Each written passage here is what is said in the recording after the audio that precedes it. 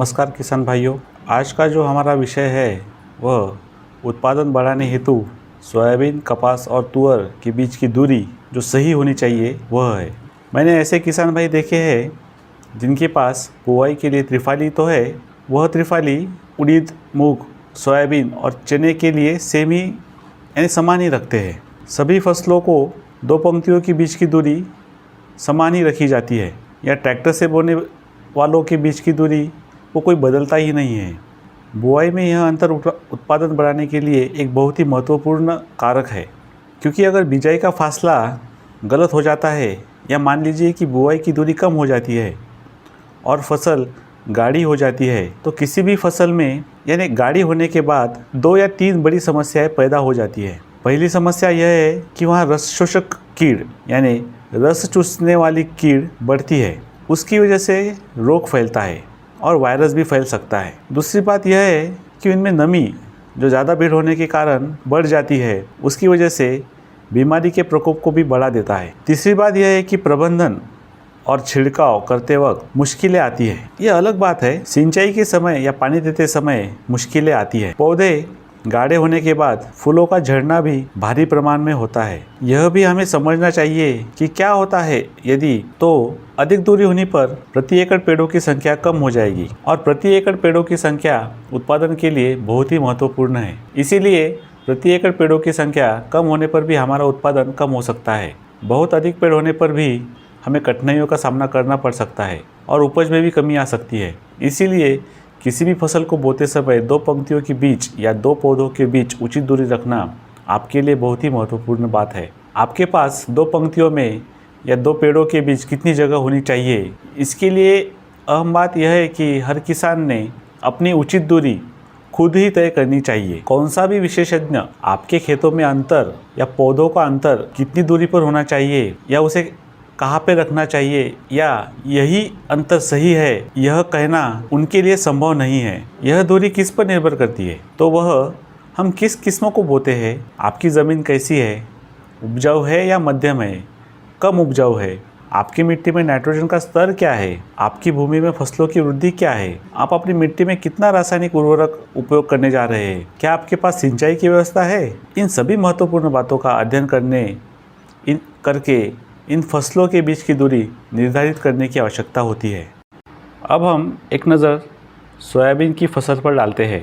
अब देखिए, वृद्धि के आधार पर सोयाबीन की 2 किस्में होती है। एक तो सीधी बढ़ने वाली किस्म, इन किस्मों में 9305, 9560, माउस 162 है। फिर किसी रिसर्च में जैसे 3344 विक्रांत है। ये नस्लें लंबवत या सीधे बढ़ने वाली नस्लें हैं, इनमें ज़्यादा शाखाएं नहीं होती है। और दूसरा प्रकार है सोयाबीन में शाखाओं वाली किस्म। तो शाखाओं वाली प्रजातियों की कई शाखाएं होती है, इनमें शाखाएं बहुत बढ़ जाती है। इनमें 335 यह किस्म है, 228 है, फूले संगम है। यह किस्में शाखाएं बनाती है, या अन्य प्रजातियां जो शाखाएं बनाती है वो भी है। तो किस्म और शाखाएं बनाने वाली किस्मों में एक ही अंतर रखे तो क्या होगा। पहली बात यह है कि मान लीजिए कि हमारी सीधे बढ़ने वाली किस्म है और 2 लाइनों के बीच की दूरी तुलना में अधिक है, तो क्या होगा, यह लंबवत रूप से बढ़ता है और शाखा नहीं करता है, तो उसकी भीड़ वैसी भी नहीं होगी।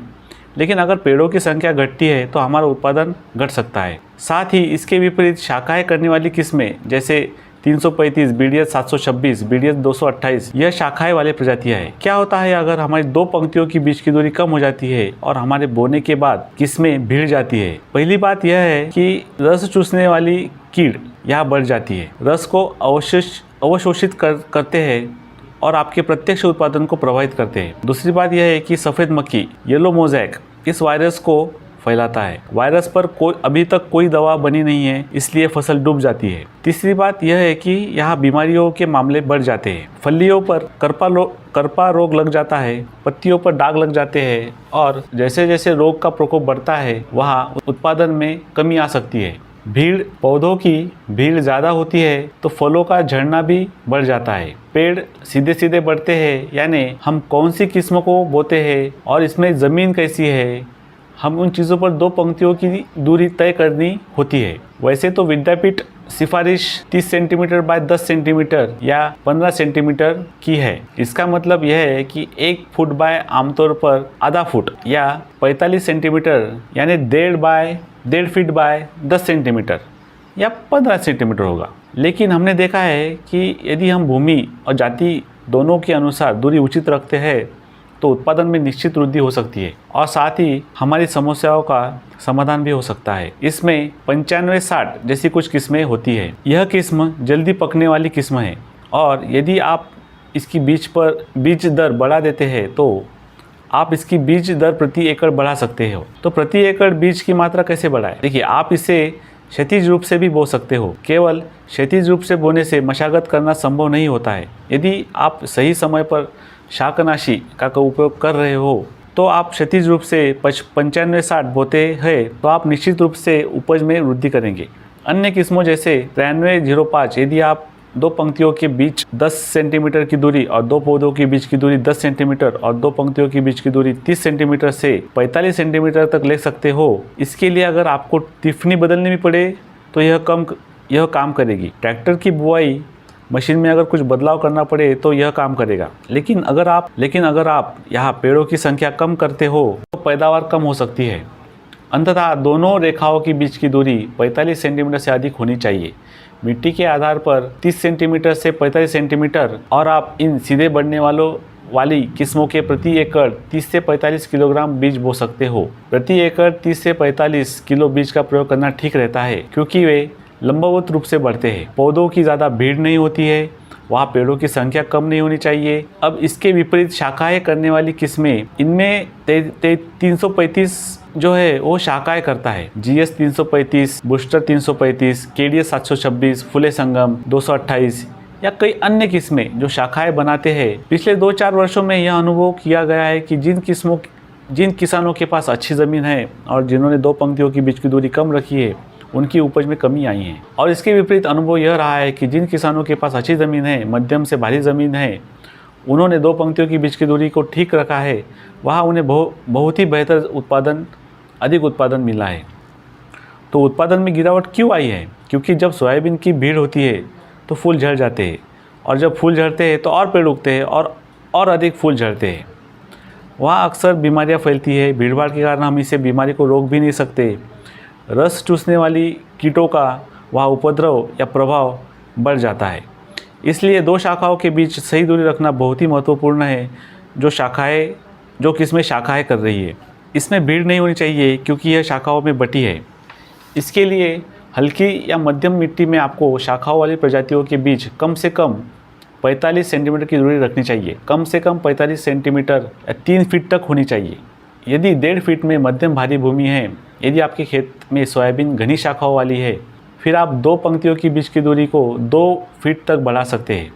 ज़मीन भारी है, यदि सोयाबीन की उच्च वृद्धि वाली भूमि है तो शाखाओं वाली किस्मों के बीच 2 पंक्तियों के बीच की दूरी 2 फीट तक हो सकती है। अत्यधिक भारी मिट्टी, उपजाऊ भूमि, आपका उर्वरक प्रबंधन भी अच्छा है, ऐसे में शाखाएं करने वाली किस्मों में 2.5 फीट की दूरी रखने में कोई दिक्कत नहीं है। इसका मतलब यह है कि आप शाखाओं वाली प्रजातियों में न्यूनतम 1.5 फीट और अधिकतम 2.5 फीट की दूरी तय कर सकते हैं। मिट्टी की उर्वरता के अनुसार, खाद के प्रबंधन के अनुसार ज़्यादा भीड़ नहीं होनी चाहिए। पेड़ों की सही संख्या बनाए रखने के लिए आपको 2 पंक्तियों के बीच की दूरी को बदलने की आवश्यकता हो सकती है। ज़्यादातर किसानों के लिए, चाहे कोई भी जाति हो, 18 इंच की दूरी यानी 1.5 फीट की दूरी रहे।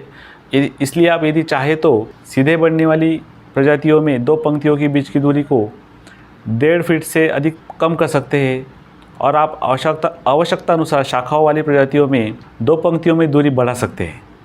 फिर आप इस 18 इंच से 22 इंच, 24 इंच, 27 इंच तक एडजस्ट कर सकते हैं। यानी आप 1.5 फीट के 2 फीट बना सकते हैं। ज़्यादा से ज़्यादा 2 फीट या 2.5 फीट तक। 2.5 फीट से अधिक रखने की ज़रूरत नहीं है और 2 पेड़ों के बीच अधिकतम दूरी 10 से 15 सेंटीमीटर रहती है। तो इस वजह से हम देख सकते हैं कि अगर शाखाएं बनाने वाली प्रजातियों की अगर भीड़ होती है तो निश्चित रूप से शाखाएं बनाने वाली किस्मों में हमें उत्पादन में वृद्धि देख सकते हैं। तो भाइयों, सोयाबीन में मैंने आपसे कहा 2 पंक्तियों के बीच की दूरी को किस्म और मिट्टी के अनुसार बदलने की कोशिश करें।